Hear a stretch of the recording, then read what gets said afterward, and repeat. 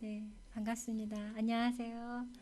네, 목사님이 소개해 주신 것처럼 저는 제자 삼는 교회를 섬기고 있는 천진 목장의 목녀 이용미 목녀입니다. 네, 어, 되게 젊은 청년들이 되게 많네요. 뭐 열정이 느껴지고요. 찬양 가운데 제가 너무 많이 은혜를 받아가지고 제가 얼마나 눈물이 나던지요. 네, 너무 감사하고요. 여기가 지금 되게 아늑한데요. 실은 되게 성령으로 충만해서 굉장히 웅장하다는 생각도 제가 들었어요. 여기 천군천사가 가득 메워져 있는 것 같아가지고 이제 곧 있으면 여러분을 통해서 하나님께서 놀라운 역사가 일어나서 빈자리가 없고 또 재부흥의 역사들이 일어날 거라 믿습니다. 네, 제가 참 많이 부족한데 불러주셔서 너무 감사하고 너무 영광스럽고요. 네, 그렇습니다. 어쨌든 저희 목사님이요, 이동근 목사님하고 이명 그 사모님을 엄청 사랑하세요. 그래서 주일 설교 때 항상 이렇게 빠지지 않고 이름을 거론하셔서 저희 교회에서 모르는 분이 없습니다. 모르는 분 진짜 간첩이에요. 그러니까 할머니들은 포커스 교회가 뭐지? 포커스? 막 이렇게 모르시는데요. 우리 교회에서 두 분하고 또 여러분을 위해서 정말 기도도 많이 하고 계시고요. 네, 그렇기 때문에 네, 하나님의 놀라운 역사가 있을 거라 믿습니다. 네. 그리고 저는 정말로 목사님 말씀하신처럼 그 누구보다 행복하고요. 저는 실은 불행한 사람이었습니다. 그리고 삶의 목적도 없었고요.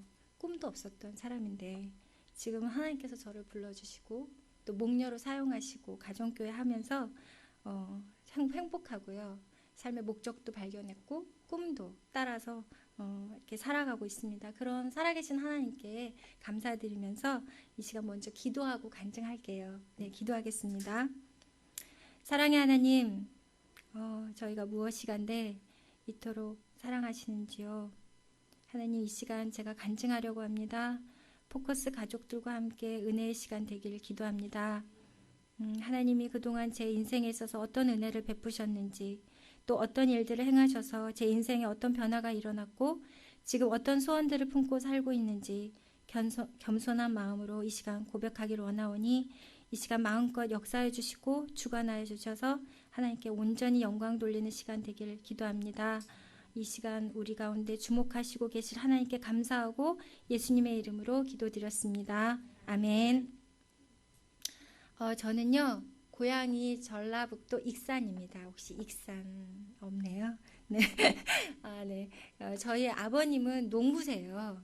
네, 전 농부의 딸로 이제 태어나서 일남 삼녀 중에 막내딸로 태어났습니다. 지금 현재 저는 일남 이녀의 자녀를 키우고 있고요.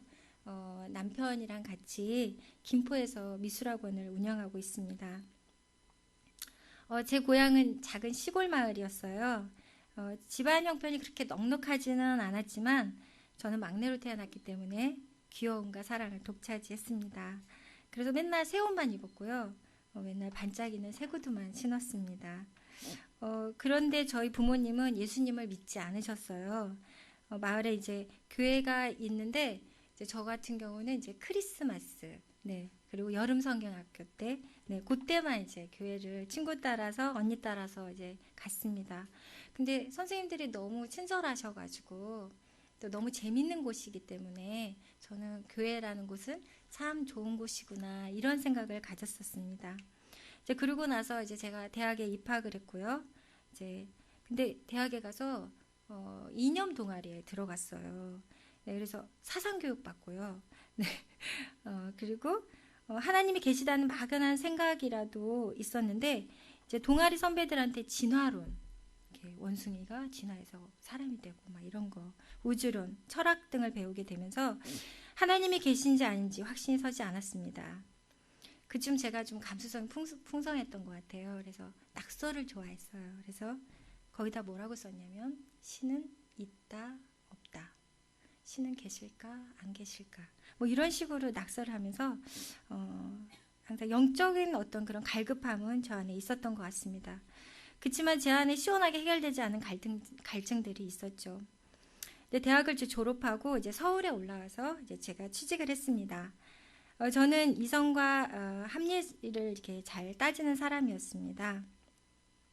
그랬는데 이제 친정 언니를 따라서 저희 친정 언니가 굉장히 믿음이 좋아요. 아빠가 믿지 않으시니까 너무 싫은 거예요, 언니가. 그래서 그 성경책을 다 불질러 버리고 막 찢고 막 이렇게 해서 핍박을 굉장히 많이 했어요. 근데 저희 언니는 더 강해요. 담 넘어서 교회 다녔어요. 진짜 몰래 몰래. 그랬던 언니가 이제 서울에서 신앙생활을 이제 대형교회 이제 다니고 있었는데 이제 그 언니를 쫓아서 이제 교회를 다녔습니다. 근데 그랬는데 이제 성경 공부를 저를 가르쳐 주신대요. 청년 리더가 이제 저를 이제 1대1을 해줬어요. 근데 그분이 그러는 거예요. 물이 변해서 포도주가 된대요. 그리고 그 이제 결혼도 하지 않은 처녀가 임신을 해서 애를 낳고 뭐 보리떡 5개로 물고기 2마리로 5천 명, 뭐 2만 명까지 먹인다는 얘기를 들었어요. 근데 그때 이제 제가 들었을 때 너무 황당하잖아요. 그래서 이 교회 단체는 이 거짓말하는 집단들이구나. 이 집단들은 저를 속이는 집단이라고 생각을 하고 저 그럼 과학적으로 한번 저한테 설명을 해주세요. 참 제가 무지했죠. 뭐 그런 얘기를 좀 했습니다. 저도 좀 인격이 덜 돼가지고 이게 사람을 이렇게 가리지 않고 막말을 하는 그런 스타일이었어요. 그러니까 이제 난처한 그 리더가 막 울기 시작하는 거예요. 그래서 너무 죄송하대요, 저보고. 저도 황당하죠. 막 우니까. 그래서 영적으로 바르게 인도하지 못해서 정말 죄송합니다. 그러면서 다른 리더를 소개시켜 준다는 거예요. 제가 너무 제가 내가 뭐라고 말했길래 뭐 울고 난리야? 막 너무 기분이 나빠서 저는 이제 그 영적인 답답함을 속 시원하게 해결하지 못한 채 이제 교회를 나왔습니다. 그리고 나서 이제 제가 남편을 이제 28살에 만나서 제가 믿지 않은 남편을 만난 거죠. 저도 믿지 않았기 때문에. 남편은 안경사였어요. 사귄 지는 되게 오래됐어요. 저의 후배였거든요. 학교 후배. 그래서 네. 그래서 야, 너, 형 뭐 이런 식으로 이제 그랬던 사람이랑 이제 결혼을 했습니다. 남편은 되게 친절하고 자상했었어요. 제가 길 가다가 청바지 입은 남자를 보면 와, 청바지 입은 남자 멋있다 이러면 다음에 데이트할 때 청바지 입고 왔어요. 그리고 스포츠한 남자 보면 저 남자 정말 멋있게 생겼는데 그러면 다음에 만날 때 스포츠 머리 하고 저 앞에 나타나고 막 이랬습니다. 그러니까 저를 되게 좋아했던 것 같아요. 이제 그리고 그 흔한 농담을 해도 막 얼굴이 금방 빨개져요. 다른 사람들이 그렇게 말했어요. 저희 남편한테 피부병 아니냐고. 얼굴이 너무 자주 빨개지니까 네, 그럴수록 되게 순수해 보였던 사람입니다. 그래서 그 남자랑 결혼하면 난 정말 행복할 거야. 나한테 너무 잘해줄 거야. 그런 산상을 가지고 결혼했습니다. 아시죠? 결혼은 환상이 아니라는 거를. 네. 막상 결혼해 보니까 이 남편이 이제 본 모습을 보여주기 시작하시더라고요. 근데 여전히 이제 순수한 면도 있지만 전혀 상상하지 못했던 모습들을 저에게 보이시더라고요. 네. 예를 들자면, 네. 이제 제가 임신을 했어서 이제 막 임신하면은 소변이 자주 마려워요. 그래서 화장실을 가려고 잠깐 불법 주차를 하고 화장실 갔다 온 사이에 딱지를 뗀 거예요. 딱지를 뗐는데, 저 같으면은, 죄송해요. 제가 임신을 해서 저희 잠깐 화장실 가더라고. 이거 좀 취소해주면 안 돼요? 이렇게 말할 수 있잖아요. 저희 남편 벌써 그 정경 딱지 뗀 사람 멱살을 잡고 야, 이 나쁜 액시 이렇게 하면서 너 왜 내 이렇게 떠났냐는 거죠. 우리 와이프가 지금 오줌 마려워서 갔다 왔는데 네가 뭔데 여기다 주체 딱지를 이렇게 막 아니 상상을 가세요? 저는 정말 상상할 수가 없었어요. 어떻게 저럴 수가 있지? 제가 막 사과를 했더니 넌 도대체 네 와이프가 아니, 네 남편 누구야? 누구 편 드는 거야? 막 이런 식이었던 거예요. 상상이 갑니까? 얼굴이 빨개지는 남자가? 네. 그랬고요. 그다음에 저한테 길을 가다가 우연히 이제 뭐 얘기를 하다가 좀 기분이 언짢은데 저한테 유모차를 던지더라고요. 이렇게 하고 막 세게 좀 멀리 좀 떨어져서 갔는데 저한테 던진 거예요. 안 맞았어요, 다행히. 이유가 뭔지 아십니까? 덥다고. 여름을 너무 싫어하세요. 그분은 여름에 더운데 유모차 끌고 가는 게 싫은 거예요. 그래서 화가 나서 저한테 던지는 거죠. 그러니까 굉장히 난폭한 사람이었어요, 실은. 그리고 뭐 이 사람은 요즘 뉴스에 나오죠. 그 보복운전. 네. 특기세요. 보복운전.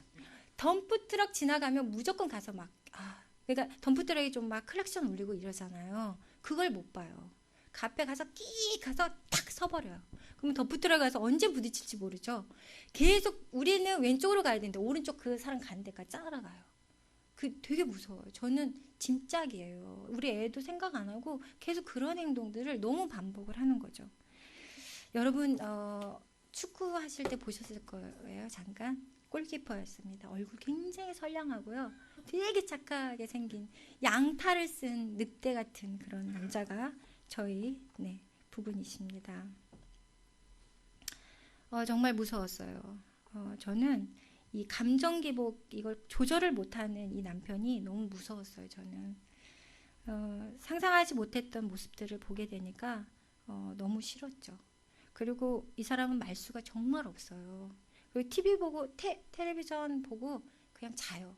근데 새벽에 지지한 소리가 들려서 이렇게 텔레비전을 이렇게 켜고 자는 거죠. 그래서 끌려 그러면 이 남편은 뭐라고 그러냐면 나 보고 있어 끄지 마. 날 새도록 본다는 거죠. 그런 식이에요. 그리고 말도 저한테 걸지 않았고요. 그리고 그때 당시는 이제 안경일이 좀 까다로워서 2주에 한 번 쉬었어요. 주일날. 그러다 보니까 부부가 같이 있는 시간이 정말 없었죠.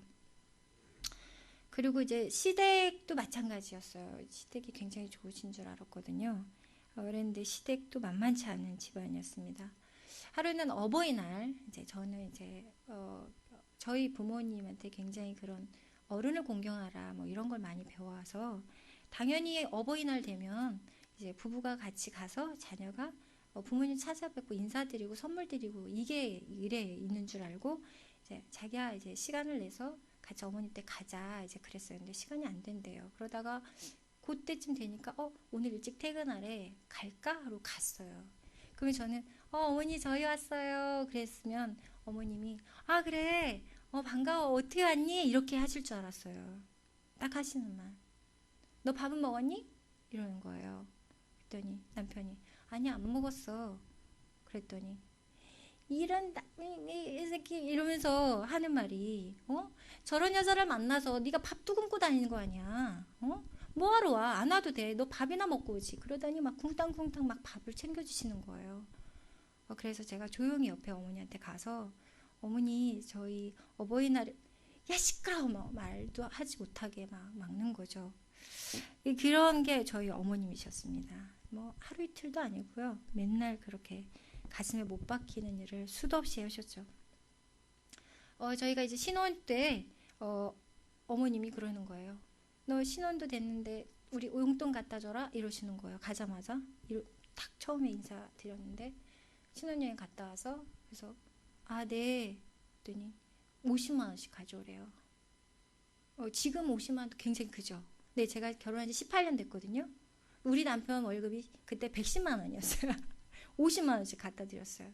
계속 갖다 드렸어요. 근데 너무 부담이 되는 거죠. 신혼 때. 그래서 제가 언니랑 얘기를 하다가 언니 어머님이 매달 50만 원씩 달라고 그러셔서 용돈으로 갖다 드리고 있는데 언니는 얼마나 드려? 제가 그랬어요. 그랬더니 언니가 무슨 소리냐. 니네도 살기 바쁘고 어려운데 남편한테 얘기해서 네가 말하면 어머니 뭐라고 하시니까 남편한테 얘기해서 그거 그만하겠다고 얼마 좀 적게 드리면 안 되냐고 이렇게 말해라 이러셔서 이제 남편한테 그런 얘기를 했더니 남편이 이제 어머니한테 말하는 거죠. 어머니 저희 50만 원씩 너무 부담이 돼서 저희 못할 것 같은데요. 이제 그랬더니 야 내가 그 돈 다 내가 나한테 쓰는 줄 아니? 막 이러는 거예요. 그럼 도대체 누구한테 쓰는 거지? 그랬더니 네 동생 결혼 자금이야. 이제부터 모아서 결혼시켜야지. 3살 어려요. 저희가 왜 동생 결혼 자금을 왜 지금부터 모아서 드려야 되냐고요. 저희 어머님은 우리하고 사고방식이 너무 달라요.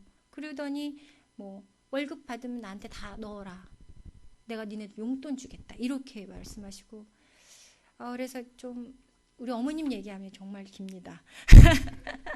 너무 할 얘기가 많아요. 정말 특이하세요. 정말 어려운 분이세요. 강남 대치동 음마 아파트입니다. 네. 정말 이렇게 우리가 이해할 수 없는 상식 외의 행동들을 너무 많이 하시고요. 제가 어머니한테 이렇게 용돈을 이제 제가 결혼할 때도 돈을 드렸는데 돈을 집어 던지시더라고요. 너 지금 나한테 놀리니? 이 돈 가지고 내가 뭘 할 수 있어? 이렇게 얘기를 하세요. 저한테는 정말 하나도 안 해주셔놓고 저 이제 결혼 얘기할 때 어떻게 하냐면 목걸이, 귀걸이, 팔찌 이렇게 많이 세트 해주잖아요. 한 세트 해주셨거든요. 그것도 14K로 백금 도금해서 다이아몬드 없었어요. 그렇게 해주시놓고는 우리 아들은 다이아몬드 넣어줘. 넌 반지 하나만 해줄 거잖아. 이렇게 말씀하시는 거예요. 노년동 갔어요. 그래가지고 그러다가 이제 어머님 언니 되시는 분이 야 다이아몬드 다 필요 없어. 나도 수도 없이 많은데 다 필요 없어. 그냥 큐빅 박아줘. 이래가지고 큐빅 박아줬어요. 네. 그러니까 그 어머니 그 자식이었던 거였죠. 전 몰랐어요. 너무 순수해만 보였고 저한테는 또 짧은 시간 동안 남편이랑 있어서 잘 몰랐죠. 근데 저희 어머니 지금 안 그러세요. 지금은 제가 옥미잖아요. 옥미야, 내가 너 뭐 해줄까? 이렇게 말하세요. 지금은 어머니 완전 달라지셨어요. 얼마 전에도 옥미 너 뭐 먹고 싶니? 너 주려고 내가 음식 했어. 그러면서 친히 대치동에서 저희 마곡동까지 오셔서 음식 갖다 주셨어요. 어머님도 하나님 만져주셨죠. 엄청 변화되셨어요. 물론 저희 남편 이야기도 쭉 나갈 건데 저희 남편도 엄청 변해. 저 안수기도 받았다니까요. 네.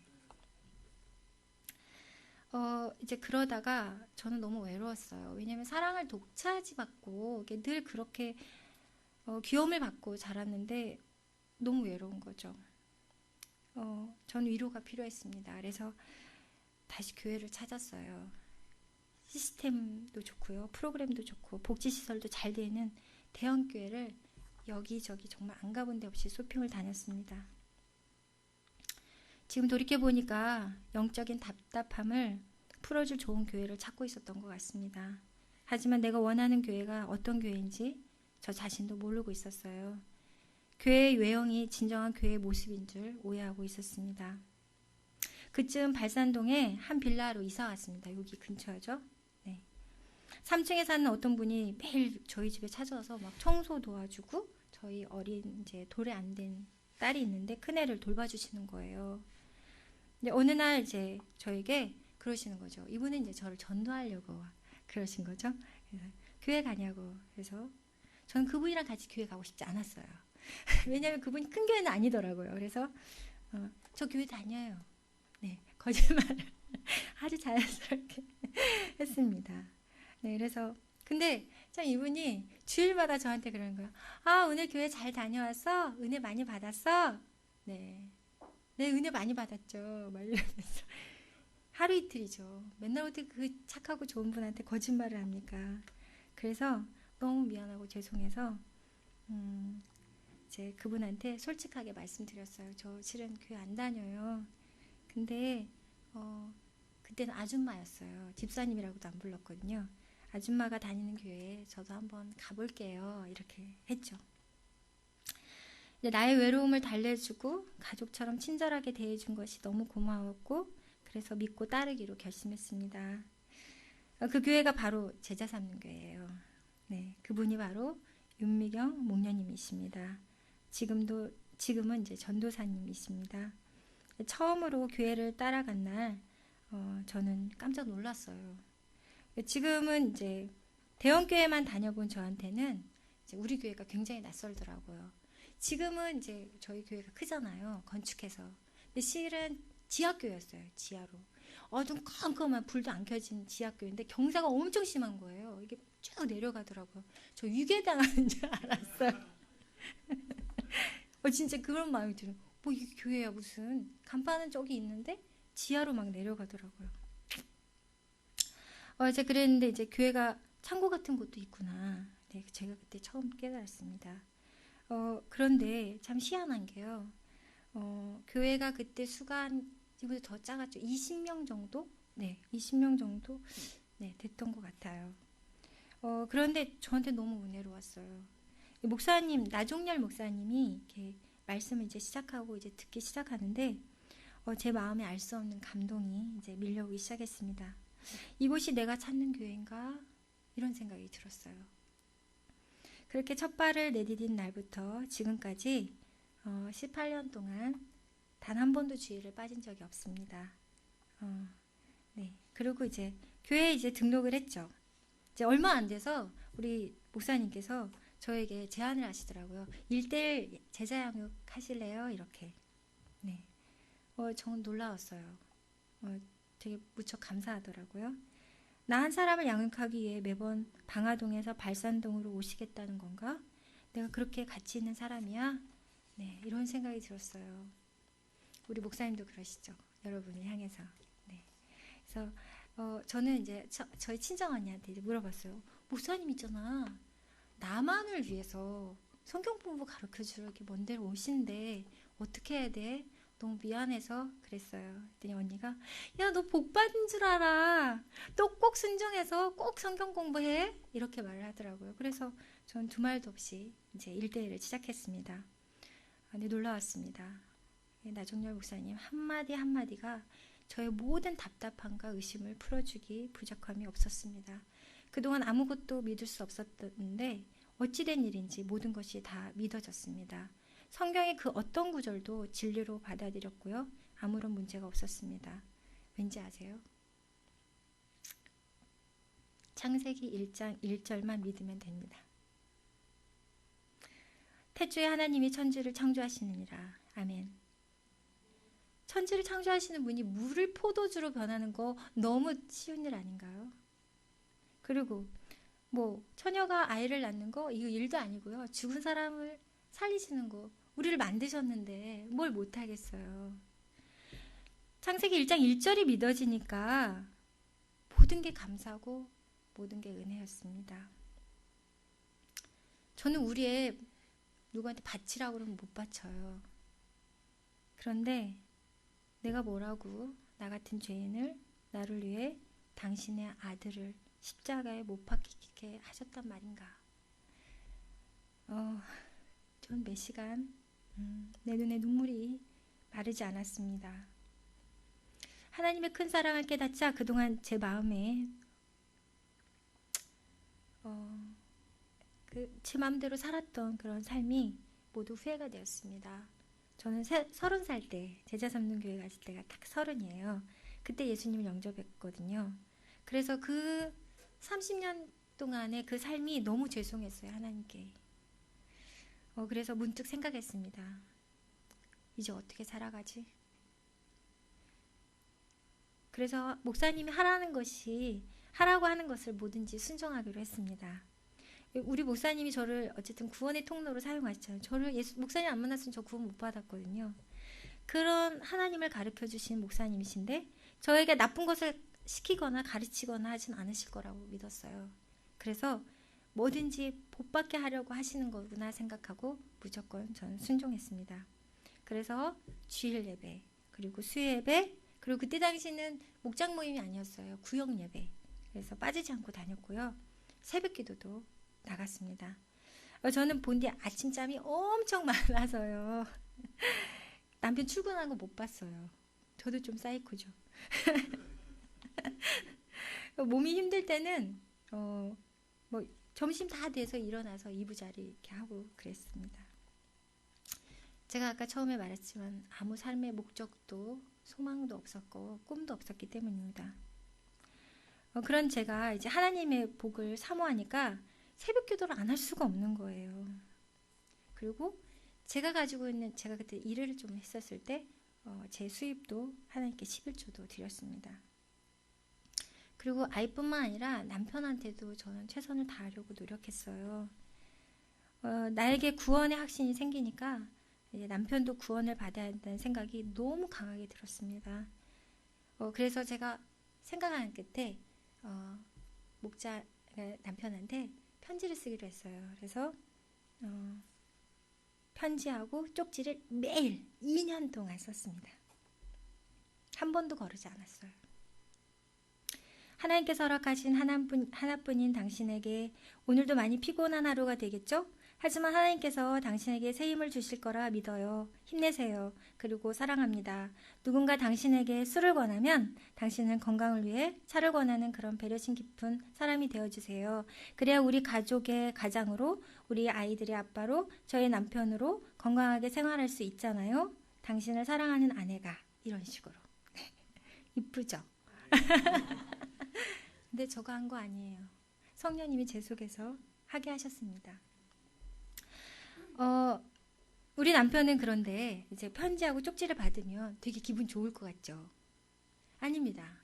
쓰레기통 아무데나 막 버렸어요. 왜? 우리 남편이 그런 인간이니까.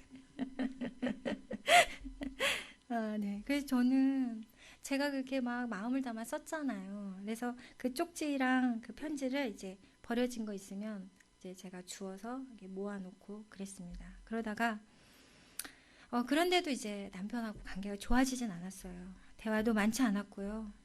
뭐가 좋겠어요. 재미 하나도 없죠. 그래서 그 남자랑 이혼하고 싶었어요. 네, 안 살고 싶죠. 네, 그래서 근데 하지만 참 이상하게도 기도만 하면 남편 구원을 위해서 기도가 나오고 그 소망이 점점 강렬해졌습니다. 주 예수를 믿으라. 그리하면 너와 내 집이 구원을 받으리라. 아멘. 네, 그 약속의 말씀이요. 저를 굳게 붙잡았어요. 언제부턴가 저는 이제 갑자기 이제 11조를 하고 싶은 거예요. 저뿐만 아니라 남편도. 네. 내 목숨, 내 자녀, 나의 모든 것이 하나님 것이라고 생각하니까 남편의 수입도 우리가 생활할 수 있잖아요. 너무 감사하잖아요. 11조 해야 되는 거죠. 맞죠? 근데 교회는 안 다녀. 네. 어느 날 남편에게 말했습니다. 당신 우리 11조예요. 11조가 뭔지도 모르. 11조예요. 뭐라고 예상하시죠? 네. 날벼락이 떨어졌습니다. 노발대발하고 날라났습니다. 거의 이제 욕이 막 이렇게. 네. 십자가를 다 불질르래요. 이제 다 불질르세요. 제가 왜냐면 목사님한테 선물을 받은 게 십자가거든요. 유일하게. 근데 저 다 불질르.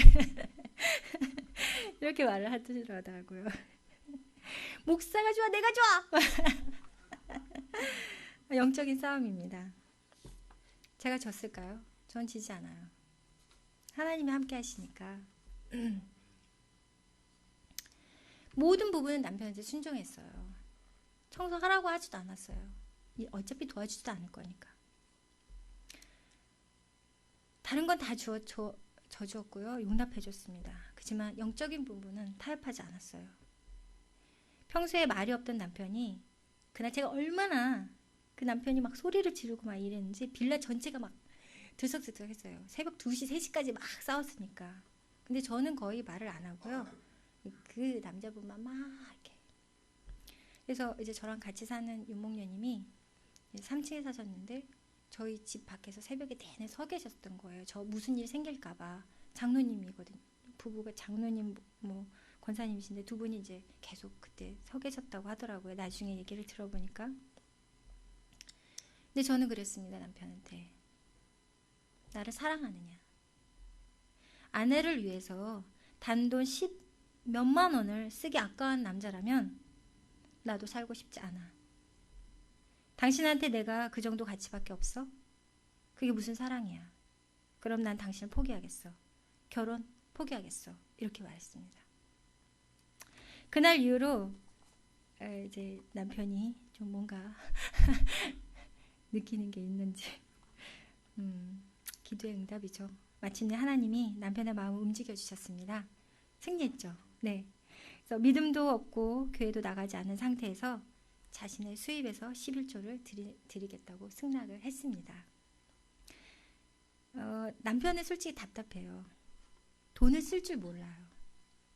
자신을 위해서 단돈 5천 원 쓰는 것도 엄청 아까워요. 구두쇠거든요. 그런 사람이 11조를 승낙한 것은 기적이나 다름없었습니다. 순종이죠. 교회 다니는 사람도 하기 힘든 순종을 남편이 해준 거예요. 교회 다니면서 11조 못하는 분 많잖아요. 그런데도 남편은 순종을 하시더라고요. 그런데 저 그때 생각했습니다. 남편이 나보다 하나님을 더 사랑하는 것 같아. 아니, 어쩌면 하나님이 나보다 남편을 더 사랑하시는 건 아닐까. 믿지 않는 사람이 11조 한다는 얘기 들어보신 적 있나요? 네. 자랑스럽게 저는 얘기할 수 있습니다. 남편이 너무 고마웠어요. 하나님께도 너무 감사했고요. 남편의 마음을 열어주신 것은 하나님의 은혜가 아니고서는 달리 설명할 길이 없었습니다. 하나님이 남편의 순종을 받으시고 앞날에 반드시 사용하실 거라는 확신이 들었습니다. 남편을 향한 소망은 더 커졌고 기도는 더 뜨거워졌습니다.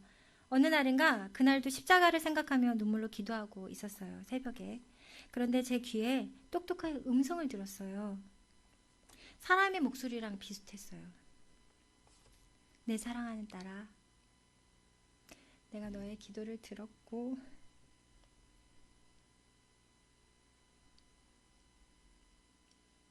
너의 눈물을 보았어. 이게 무슨 소리지? 제 귀를 의심했습니다. 그런데 그 음성은 한 번으로 끝나지 않고요. 여러 번 계속 반복이 됐습니다.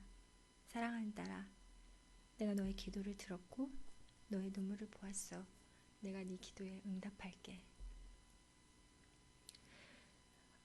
근데 제가 그때요 굉장히 경이롭고 막 이 눈물이 막 너무 앞을 가려서 앞이 진짜 보이지 않고 눈물이 이렇게 있었거든요. 그래서 제가 되게 이성적인가 봐요. 주님, 제가 수많은 기도 드렸는데요. 그 기도 가운데 어떤 거 들어주실 건데요? 이렇게 반문했습니다. 제가 하나님께. 그리고 이제 잠깐 이제 눈을 감고 있는데 마음속에 그 남편의 구원을 향해서 눈물로 기도했던 제 모습이 떠올랐어요. 그동안 남편을 위해 흘린 내 모든 눈물, 그리고 나의 어떤 그런 하나님을 향한 그런 마음, 간절히 기도했던 내용들을 하나님께서 들어주신다는 그런 생각이 들었습니다. 근데 일주일이 지났어요. 신기한 일이 생겼습니다. 새벽 기도하러 교회에 이제 갔는데요. 예배당에 현수막이 저희도 이렇게 있어요. 네, 현수막에 새로 이제 걸렸더라고. 새로운 문구로. 제가 들었던 음성. 내가 내 기도를 들었고 내 눈물을 보았노라. 내가 너를 낫게 하리니 내가 3일 만에 여호와의 성전에 올라가겠고. 이 히스기야의 기도 응답 있죠. 열왕기하 20장 5절 말씀이 거기에 그대로 있는 거예요. 저는 그때 제가 그 성경 말씀 지식이 없었을 때였거든요. 그게 성경 구절이 있을 거라고는 저는 상상을 못했어요. 그래서 저는 그거 내가 한 얘기야 막 이렇게 집에 들어와서 또 의심을 하고 그랬는데 그걸 하나님께서 확신시켜 주시려고 목사님을 통해서 그 문구를 달아주신 거죠. 엄청 울었습니다. 다시 기도했어요. 남편을 위한 구원의 기도는 쉬지 않고 계속되었습니다. 잠든 남편의 발가락 이렇게 잡고요. 남편이 기도하는 거 너무 싫어하니까 찬양 부르면 시끄러 조용히 해 막 이랬거든요. 찬양도 못 부르겠어요. 그래서 발가락 잡고 이게 기도하고요. 옷자락 잡고 막 기도하고 제가 그랬습니다. 어느 날 남편이랑 또다시 크게 싸웠어요. 너무 싫은 거죠. 그동안 남편이 거들떠보지도 않았던 그 많은 쪽지와 편지들을 꺼냈어요. 그리고는 남편이 이렇게 자고 있었는데 쫙쫙 찢어서 얼굴에다 팍 던졌습니다. 저도 한 성질해요. 자, 그리고 이혼하겠다고 했어요. 다른 때와 달리 제가 너무 강경하게 말을 했거든요. 난 더 이상 당신이란 남자랑 살 수 없어. 너무 힘들어. 너무 지쳤어. 이제 그랬습니다. 그랬더니 남편이 되게 놀라하더라고요. 내가 진짜로 진심으로 이제 그러나 싶었는지 남편이 두 손 두 발 빌면서 난 너 없이 못 살아. 난 너 사랑해. 그러면서 딱 한 달만 기회를 줘. 이렇게 얘기를 하더라고요. 한 달이 왜 필요해? 지금도 너무 힘든데. 당신이 정말 나랑 같이 살고 싶으면 교회 가. 제가 그랬습니다. 근데 우리 남편이 그랬거든요. 나 전도하지 말라고 막 이러고 눈에 흙이 들어도 안 갈 거니까 칼에 목이 들어 이런 말을 했어요. 정말. 칼이 목에 들어와도 나는 교회 안 가. 그러니까 나 전도할 생각도 하지 말고 예수 얘기도 하지 말고 이랬거든요. 그랬던 네, 남자였는데 네. 지금 생각해 보면 이제 하나님이요, 제 입에서 그 말이 튀어나오도록 하기 위해서 제 감정을 막 폭발시킨 것 같아요. 제가 웬만하면 화를 잘 안 내거든요. 남편과 그렇게 큰 싸움을 벌이게 하신 거죠. 남편이 이제 대답을 했습니다. 그러면 직장 그만두리? 이러더라고요. 왜냐면 안경일은 주일을 더 바빠요. 그리고 쉬는 날이 없어요. 그럼 직장 그만둬야 교회를 가잖아요. 저는 이렇게 말했습니다. 아니, 전 단호했어요. 주일날 한 번 예배에서는 하나님을 경험할 수 없어요. 매일 하나님을 만나야 해. 매일 나랑 같이 새벽기도 가요. 한 달만 내가 지켜볼 거야. 이랬어요. 전 너무 그때 이거 아니면 이거 그거였거든요. 네. 남편은 화가 치밀어 오르죠. 이제 오를 대로 올랐습니다. 이제 독이 오를 대로 올랐죠. 그런데 제가 너무 강경하니까 그럼 하루만 시간을 줘 이러더라고요. 아니요. 하루도 난 당신이랑 같이 있고 싶지 않아. 난 이제 그만둘래. 난 당신이랑 더 이상 같이 하고 싶지 않아. 이렇게 말했습니다. 저는 계획을 다 세웠어요. 어디로 이사를 가서 남편이랑 떨어져서 어디를 다시는 안 볼 수 있는 그런 곳에 가서 이렇게 이사를 해가지고 살 거야. 애들이랑 어떻게 막 이렇게 계획을 하고 얘기한 거였거든요. 네. 그러더니 1시간 정도 시간이 이렇게 지나갔어요. 숨이 막힐 것 같았어요. 근데 마침내 남편이 그렇게 하겠대요. 새벽기도 가겠대. 한 달 지켜보라는 거예요. 난 가정을 놓고 싶지도 않고 너랑 헤어지고 싶은 마음도 추워도 없고 그렇게 말을 하더라고요. 할렐루야. 남편은 그래서 그 다음 날부터 바로 새벽기도 했어요.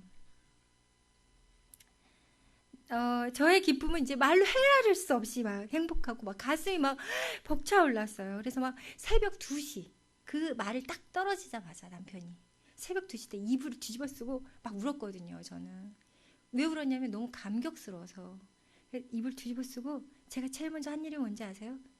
우리 사모님, 우리 목사님이 저를 위해서 그렇게 기도해 주셨잖아요. 남편을 위해서.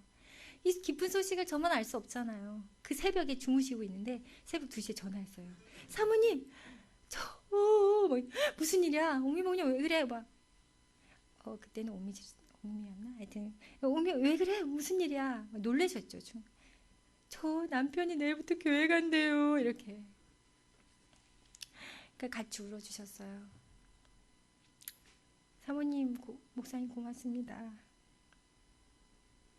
기도 응답됐어요. 이렇게.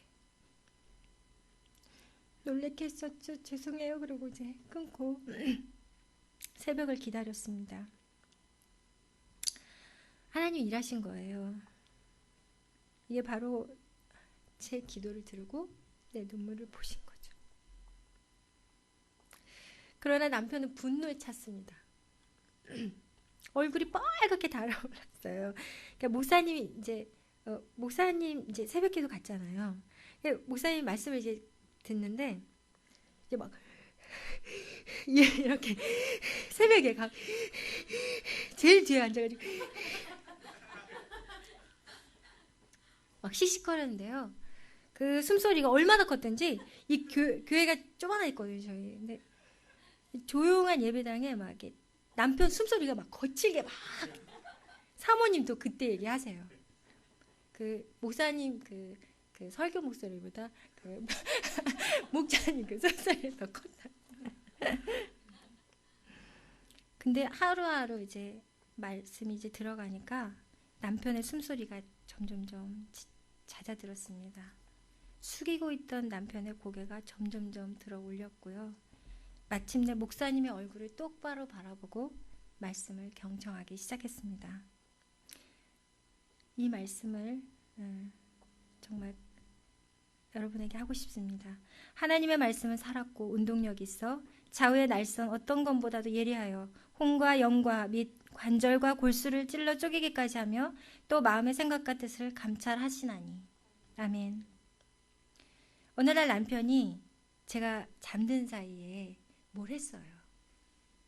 궁금하실 거예요. 뭘 했어요? 정말 놀라운 일. 밤새도록 주기도문하고 사도신경을 외웠어요. 교회 가니까 맨날 주기도문 사도신경 하잖아요. 새벽기도 가니까. 그걸 외운 거예요. 외워야 되겠다 싶어서. 그리고 제가 이제 새벽에 눈을 뜨자마자 보란 듯이 외워보는 거예요. 옥미야, 옥미야, 들어봐. 널 위해 준비했어. 노래 가사 같죠? 하늘에 계신 우리 아버지여, 이름이 거룩히 여김을 받으시오며, 이렇게 떠듬떠듬. 근데 끝까지 사도신경까지 다 외우더라고요. 그 모습 아세요? 얼마나 사랑스러운지? 너무 좋았습니다. 그러면서 이렇게 말하더라고요. 너가 좋아할 것 같아서 외웠어.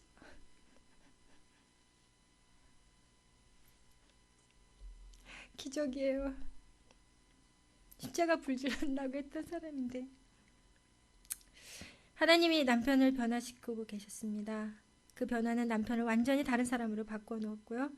지금 남편은요, 제자 삼는 교회에서 목자로, 그리고 안수집사로, 초등부 교사로 사역하고 있습니다. 단순히 직임만 맡은 게 아니에요. 모든 사역에 얼마나 정성을 다하는지 모릅니다.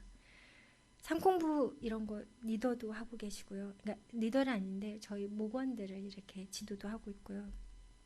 정말 성실하게 사역을 하고 있습니다. VIP를 돌아볼 때도 그 자상함은 이루 말할 수 없어요. 가정에서도 매일 새벽을 깨워 아이들을 위해 기도해 주는 아빠입니다. 그리고 교회에서도 가정에서도 영적인 제사장으로 듬직하게 세워져 가고 있습니다. 돌이켜 생각해보면 하나님은 남편을 참 특별한 방법으로 부르셨어요.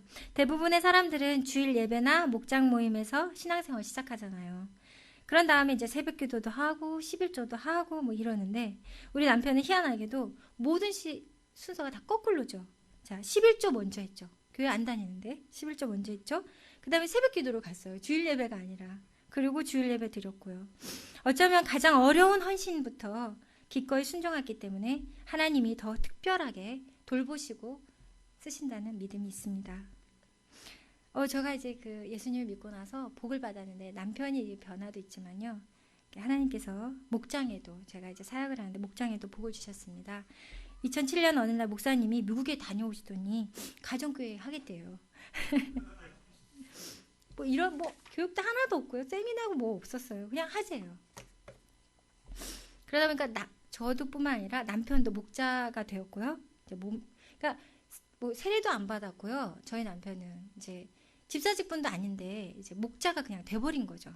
이제 선출인데 저를 이제 뽑아 주신 거죠. 그러다 보니까 남편이랑 된 거죠. 근데 저는 목사님 되게 사랑해요. 그리고 목사님 신뢰합니다. 그래서 저희는 두말할 것 없이 따지지도 묻지도 않고 순종합니다. 그러나 남편은 사정이 달랐어요. 그쯤 남편은 아직 세례도 받지 않은 상태였고 주일 예배만 겨우 이제 드리는 상태였기 때문에 예배 후에 이제 축도가 끝나기 전에 막 가방을 챙겨서 직장으로 출근했었어요. 그런 상황에서 수련회나 부흥회 참석은 전혀 할 수도 없었고요. 몇몇 성도들은 제 남편을 잘 몰라서 저가 찬양단에 있었어요. 그랬더니 제 옆에 같이 이제 집사님 남자 집사님이라 했는데 그분이 제 남편인 줄 아셨대요. 금요일 목장 모임도 이제 오롯이 제 몫이었습니다. 남편은 퇴근이 이제 밤 10시 넘어서 왔으니까 이제 목장 모임이 다 끝나서야 이제 집에 들어왔어요. 남편은 목장 모임 자체가 이제 못마땅한 거죠. 내가 돈을 벌어서 저들을 밥을 먹여 이런 거 있잖아요. 네. 돈 5천 원 아까운 사람인데 벌벌벌 떠는데, 네. 그럼에도 하나님은 우리 목장에 은혜를 부어 주셨습니다. 처음에는 이제 어른이 이제 6명부터 이제 시작을 했었는데요. 이제 저희가 이렇게 부흥을 주셔가지고 모두 이제 애들까지 27명, 네, 27명까지 늘어났어요. 전기밥솥에 밥을 2번 했고요. 찌개를 드럼통에다가 했습니다. 교회에서는 우리 목장을 두고 드럼통으로 먹는 목장 이렇게 불렀어요. 목장 식구들이 날로 늘어가는 거에 비례 우리 남편의 불만은 더 커졌죠. 그만큼 돈을 많이 써야 되니까. 아직 성숙하지 못한 목장 식구들 때문에 저도 엄청 소갈이 많이 했거든요. 그분들도 뭐 남편이랑 비슷한 분들도 많이 오셨으니까. 그런데 이제 목자인 남편과 사역의 어려움을 이제 같이 나누고 공감하고 싶고 그랬는데 그 먼 미래의 일이었습니다. 그래도 하나님은 은혜를 변함없이 주셨고요. 이제 목자 목녀를 세워가고 분가를 이루어 주셨습니다. 그래서 쿤민 목장이라는 목장을 세워가셨죠. 근데 그 목장이 좀 약한 것 같아서 다 그쪽으로 보내드리고 저하고 또 다른 한 가정, 두 가정만 남고 이제 새로운 목장을 분가하게 되었어요. 근데 이제 가슴 아픈 일이죠. 분가에 나간 새 목장이 잘 정착되지 못하고 어려움을 겪더니 목자 목녀뿐만 아니라 가족 식구들이 모두 교회를 떠났습니다. 그때 병 생겼어요. 저. 너무 힘들었거든요. 그때 어느 누구보다 마음을 아파하는 저를 붙잡아 주신 분은 목사님이십니다. 비 오면 비 맞고 가고 눈 오면 눈 먹고 가자. 우리 봄처럼 가자. 이렇게 말씀을 하셨고 그것이 사역이야 이렇게 말씀을 하셨습니다. 주저앉으려 했다가도 그 말씀을 들으면 다시 일어날 수 있었습니다. 내가 아닌 하나님을 의지하고 기도하며 사역하기 시작했습니다. 근데 너무 화가 나는 거예요. 내가 어떻게 했는데 드럼통으로 먹이고 기도하고 매일 섬기고 화가 너무 났죠. 그렇지만 어떻게 하든 어쨌든 제 목장만큼은 더 잘 세워보고 싶었습니다. 주님은 나 같은 죄인을 목숨을 버려서까지 저를 용납해 주셨고 저를 구원하셔 주셨는데 그 사랑을 받은 내가 나를 아프게 한 사람들을 내가 용서 못할 게 뭐가 있어. 그러다 보니까 제 마음이 평안해지면서 다시 힘을 내서 기도와 섬김을 시작했습니다. 우리 목장만이라도 다시 일어서야 된다는 생각을 했죠. 근데 이제 시간이 흐르고 사역을 계속했는데 하나님이 또 영혼들을 붙여주셨어요. 그래서 이제 어른이 9명, 어른이 10명, 모두 19명 이제 목장 식구들이 또 오게 되었고, 이제 그래서 또 다시 재분가를 하게 되었습니다. 중국 목장을 이제 분가를 시켰어요. 그리고 이제 저희는 이제 개척을 해서 나왔어요. 저희 부부만, 저희 가정만 나가고 이제 그랬는데 지금은 네 저희 가정뿐만 아니라 이제는 이제 저희 가정뿐만 아니라 네 가정이 저희까지 네 가정이 이제 왔고 이제 아이가 4명 뭐 이렇게 다시 저는 분가의 꿈을 꾸고 있습니다. 네 모든 것이 하나님의 은혜이죠. 이제 그뿐만 아니라 저 이렇게 길게 해도 돼요? 목사님 말씀 있잖아요. 네. 긴데? 네. 감사합니다. 네. 하나님께서 저에게 그냥 뭐 사역뿐만 아니라 일터에도 저 개인의 일터에도 복을 주셨어요. 저는 아줌마입니다. 목녀를 시작할 때 저는 직장도 없었고요. 아무것도 없었어요. 근데 이 남편 안경사 일을 하는 남편의 직장이 사역하는데 목장 사용하는 데든지 모든 게 사역에 너무 방해가 되는 것 같았어요. 주일도 온전히 지켜야 되는데 일찍 끝나서 가고 네, 그러니까 이제 목장 모임도 거의 다 끝나가는 시간에 참석하고 목자로서 위신이 생기지 않았어요. 목자가 뭐 저래 이랬거든요. 그때 당시. 근데 뭔가 해결책이 필요했습니다. 근데 그쯤에 하나님께서 제 마음속에 미술 학원에 대한 소망을 주셨어요. 제가 미술을 되게 좋아하는데 미술 학원을 하고 싶은 마음이 생겼는데 하나님께서 제게 복을 주셔서 미술 학원을 하게 했어요. 그것도 2개를. 네, 그러니까 정말 생각지도 않게 하나의 은혜였어요. 뭐 그 과정을 얘기하자면 너무 긴데 이제는 그랬습니다. 그래서 남편이 직장을 그만둘 수밖에 없었어요. 왜냐하면 제가 두 개를 운영을 못 하잖아요, 혼자. 그래서 남편이 학원 운영을 같이 돕기 시작하면서 학원이 원래 좀 일찍 끝나고 쉬는 날 다 쉬고 방학도 있고 막 이렇죠. 그래서 네, 어쨌든 남편이랑 같이 이렇게 사역을 하게 되었습니다. 근데 남편은 20년 동안 한 직장에 매여 지내다 보니까 어떤 목표의식이나 도전의식이 좀 많이 없었어요. 그래서 하나님께서 새로운 일터에서 일하게 하시면서 영적으로 부쩍 성장하게 해주셨습니다. 무엇보다 주일 예배를 이제 비롯해서 모든 예배, 뭐 수요 예배든지 뭐 모든 걸 다 예배를 드릴 수 있었고요. 목장 모임에도 방해받지 않았고요. 주중에 교회 사역도 가능했습니다. 일터에서 예수님을 모르는 영혼들에게 복음도 전할 수 있었고요. 매월 초에 지금은 이제 두 개가 아니라 하나예요. 이제 두 개를 운영하다 보니까 너무 어려움이 있어서 하나는 처분하고 하나만 지금은 하고 있습니다. 김포에 이제 목사님이 직접 오셔서 원래 예배도 드려주세요.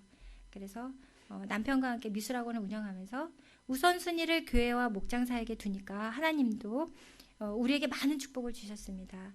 요즘은 학원 업계가 이렇게 불황이잖아요. 네. 근데 저희 학원은 개원한 지 1년 6개월 만에 110명 원생이 등록하였습니다. 네. 그런즉 너희는 먼저 그의 나라와 그의 의를 구하라. 그리하면 이 모든 것을 너희에게 더하시리라. 신실하신 주님께서 이 약속을 제 삶 속에서 그대로 이루어 가고 계시고 이루어 주셨습니다. 이제 마지막에 금방 끝날게요. 네. 그리고 저는 이사를 이제 저희 남편이랑 부부로 이제 18년 차잖아요. 그래서 이제 신림동, 방화동. 저희 어머님이 김포 대치동에 살지만 저에게 돈을 준 건 없어요. 3천 주셨어요. 이게 집을 구해가지고 그러니까 신림동, 발산동, 김포, 방화동 막 이러면서 이렇게 이사를 많이 왔죠. 대략 18년 동안 2년 터울 뭐 이렇게 해서 이렇게 이사를 했습니다. 이사 비용도 만만치 않았고요. 이제 제 집이 없는 스트레스가 참 컸습니다. 그리고 남편은 직장을 다니셨기 때문에 단 한 번도 이사를 도와준 적이 없어요. 근데 재작년에 이제 제가 이사를 했습니다. 이제 한 번 더 이사를 했는데 8번째 이사였습니다. 그토록 여러 번 이사를 다녔지만 특히 이번 이사는 감회가 남다릅니다. 새로 개발된 마곡지구로 이사를 하였기 때문입니다. 단순히 새 집에 들어가는 기쁨뿐 아니라 하나님의 나라를 위하여 새로운 출발을 하는 느낌이 들었습니다. 야베스가 이스라엘 하나님께 아뢰어 가로되 원컨대 주께서 내게 복에 복을 더하사 나의 지경을 넓히시고 주의 손으로 나를 도우사 나로 환난을 벗어나 근심이 없게 하옵소서 하였더니 하나님이 그 구하는 것을 허락하셨더라. 아멘. 하나님 아버지께서는 야베스를 돌아보시고 그 기도를 이루신 것처럼 그동안 이리저리로 이사 다니던 우리 가정도 돌봐주시고 축복해 주셨습니다. 이전에 살던 집에 비해 더 예쁘고 더 넓은 집으로요. 방문을 열 때마다 이렇게 창문을 열 때마다 감사하게 돼요. 부엌 싱크대 앞에 설 때마다 찬양을 부릅니다. 앞으로 이사 걱정 없이 살 수 있는 것도 얼마나 감사한지 모릅니다. 그동안 여러 번 이사를 다니면서 항상 그때에 맞는 은혜와 자비를 베풀어 주셨습니다. 하나님께서 이제 마곡지구에서도 함께 해주시고 하나님의 역사를 이루어 나가실 거라 믿습니다. 어떤 새 일을 행하실까? 어떤 스토리를 예비해 두셨을까? 저는 궁금합니다. 우리 가정, 우리 목장, 마곡지구에 이제 심으셨던 심으셨으니까 이곳에서 잘 뿌리를 내어서 목장을 재생산을 거듭하고 그렇게 하기를 소망합니다. 우리 목장에서 분가해 나간 새 목장도 다른 목장을 재생산해서 초원을 이루고 초원이 모여서 또 하나의 제자 삼는 교회를 세워가고 그것이 저의 꿈이자 소망입니다. 네, 이것으로 간증을 마치겠습니다. 지금까지 들어주신 사랑하는 포커스 가족 여러분 하늘 복 많이 받으세요. 네, 감사합니다.